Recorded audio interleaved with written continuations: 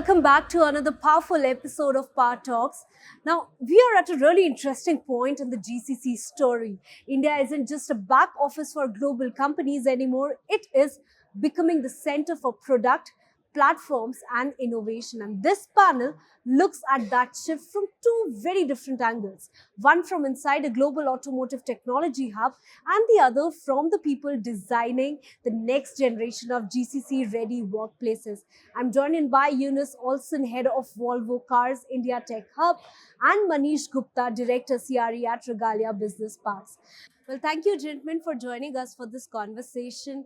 Let's start with the big picture and set the context for our viewers. Jonas, let's start with you. We know that Volvo is moving towards a software-defined future.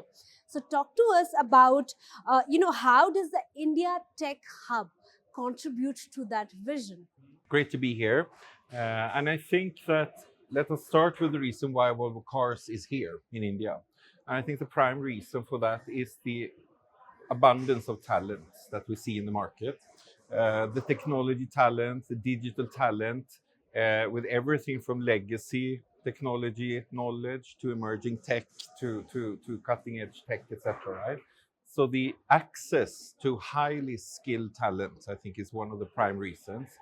And not only that, I think then the fact that the talent that we see are creative, innovative, agile, and has a great amount of adaptability. And with adaptability, I don't just mean adaptable to change, but they want forward, they want new, they want to explore, they want to learn, and they want to innovate. And that, I think, is crucial for us when we define our software-defined vehicles. All right, thank you for sharing those insights with us. We'll come back to the talent part of the conversation in a few minutes. But before that, Manish, if you can come into the conversation, let's also talk about the infrastructure and real estate side of the transformation, right? So, how are you looking at the real growth opportunities right now when, there's an emerging trend of GCCs in India? Yeah, thank you for inviting me to this program. As far as real estate opportunities are concerned, as far as GCCs as a segment, we see enormous amount of potential in the region where we are right now operating, which is the Mumbai metropolitan region. The reason for that is there's a massive amount of transformation in the city which is happening, which is making it more affordable, more sustainable, more approachable. And we see vertical growth and the horizontal growth both simultaneously happening. And that's how the commercial real estate has picked up in a big way as far as MMR is concerned. Looking at the factors which Jonas had mentioned, we feel that the new campuses which are coming in, which are now being offered to the clients for the GCCs, they make sustainable as a commitment, green power as a commitment, flexible office spaces, flexible structures in the leasing commitments and all. So they're making things much more viable, much more possible, and that's how the segment is growing, and that's how the city is also growing in terms of the newer supply. No, absolutely. Thank you for sharing those insights with us. And now we'll move on to the talent part of the discussion, because, of course, no company or talent at this point in time is not only the soft part, they are the hard part of our organizations, right? So let's talk about the future of workspaces. Jonas, if you can come into the conversation, at this point in time, if I ask you, if you had to design talent magnet workspace of 2026, how would you imagine that? I mean, are there any points? Are there any non-negotiables?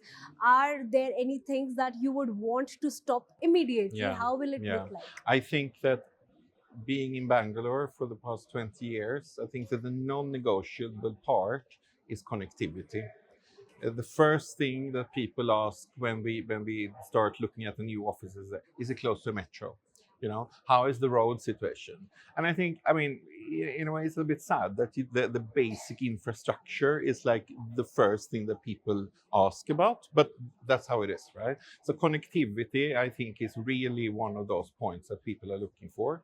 And I also think that you made a point, Manish. I mean, the new generations that we are recruiting now, they're much more aware. I think sustainability of the office is very important. What is the carbon footprint, green certifications, and so on and so forth.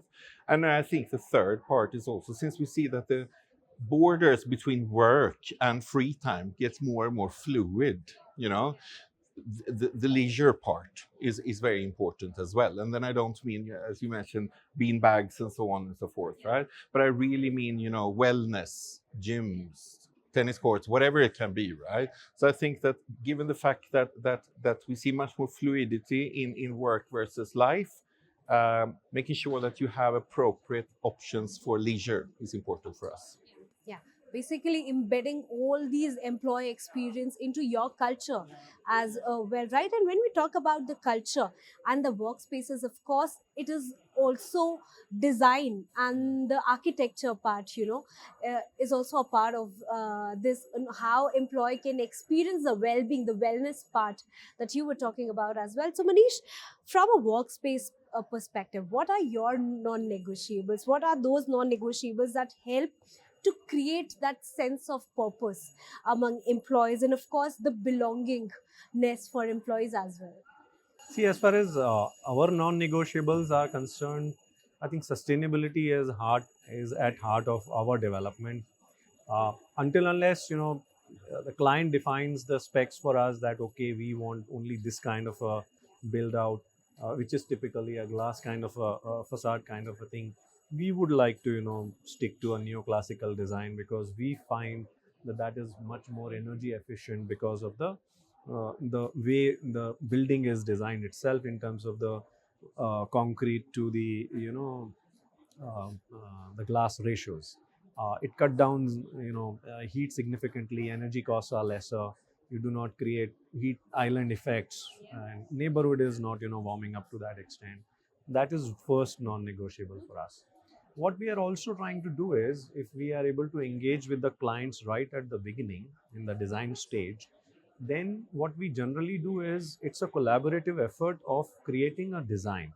At times clients come up with a ask that okay, they need floor gardens, they need gardens on the floor, and you can design it engineering wise. It is possible to have floor gardens, and we have just finished one project in which client has happily moved in. We have been able to provide in a multi-tenanted environment a dedicated atrium, floor garden, their breakout spaces, and they operate a very large kitchen for themselves, which they actually pride in showing.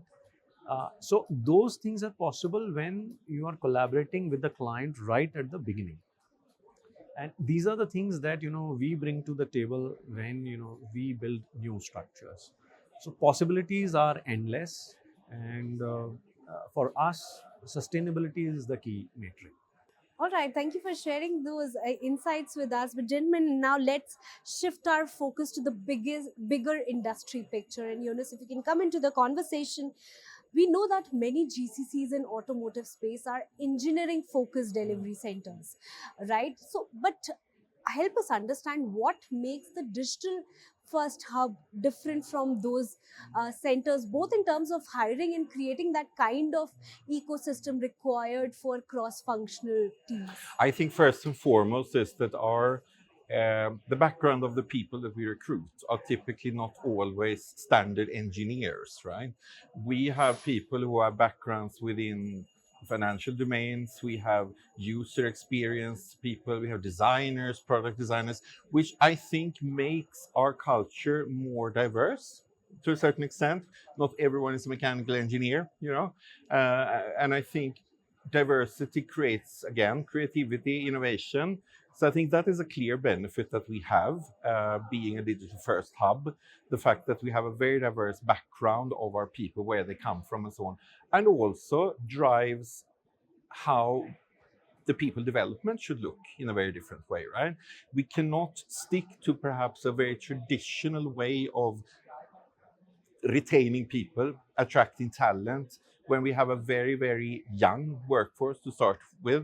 Gen Zs, they don't have at all the same expectations on a workforce environment, work environment, career development, etc., as perhaps we had in our generation, right? So I think that the fact that we have lower age, the fact that we have a more diverse population in the talent pool, makes it very vibrant and exciting place to be. All right, thank you for sharing that. Manish, it's a very interesting question for you because right now we are talking about Bangalore and different cities, but when it comes to Mumbai, especially, there is very less space for offices in fact for our homes as well. So when it comes to Mumbai, do you think that will Mumbai evolve from being a BFSI GCC powerhouse to different sectors, be it R&D, automotive, or any other manufacturing for that matter? No, absolutely. Great question. Mumbai is predominantly right now focused on BFSI as a sector, wherein we have very large GCCs which are very successfully operating. But it also caters to a lot of engineering companies who are doing some fabulous amount of work. A lot of companies with whom we have dealt with in past. Engineering companies, R&D companies, they are already there. The way Mumbai infrastructure is laying out for itself now, we feel that the GCC growth in Mumbai shall encompass all the segments, and it has the components which are required for GCC to succeed. We have an enabling policy which the Maharashtra government has just now declared, which makes it possible for GCCs to actually set up, scale up, and really expand and take it to the level next. In fact, they have put a very ambitious target. I would not call it ambitious target. By 2030, they want to have 400 new GCCs coming and setting up their operations in Mumbai. And this is all possible because Mumbai's urban infrastructure is improving. Mumbai's social infrastructure is improving. Mumbai is now offering residential supply which is now unprecedented. Yeah. In 10 years, when you look at why in 10 years, in next 5 years also, if you look at the skyline from Marine Drive, you will not recognize what Mumbai was 5 years ago and what Mumbai is today. That is the amount of it's a generational shift which is happening there, and we feel very strongly about it, and that's why we are participating in this growth story by putting in new developments. All right. So, gentlemen, tell me, do you think that going forward, the future of GCCs will not only be about technology, but also about people, space, and strategy? Absolutely, I think so. I mean, the whole success, I think, going forward to attract the right talent will be the spaces we design around them.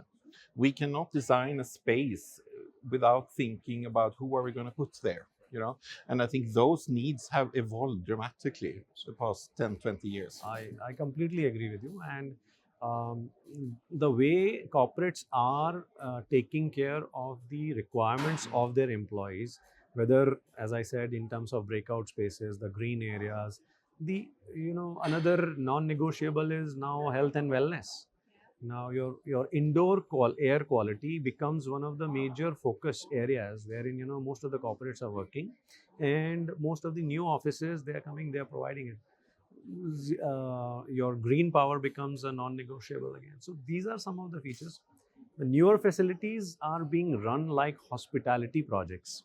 So the new commercial offices that's the kind of demand that is coming from the workforce which comes to work and which wants to come back and report 3 to 4 days to 5 days a week into the office. So projects are becoming hospitality kind of a project. That's the level of service that they are asking. All right, well, thank you so much, gentlemen. Perhaps the future looks bright from here, at least from the studios, right? And I'm sure it is on the ground as well.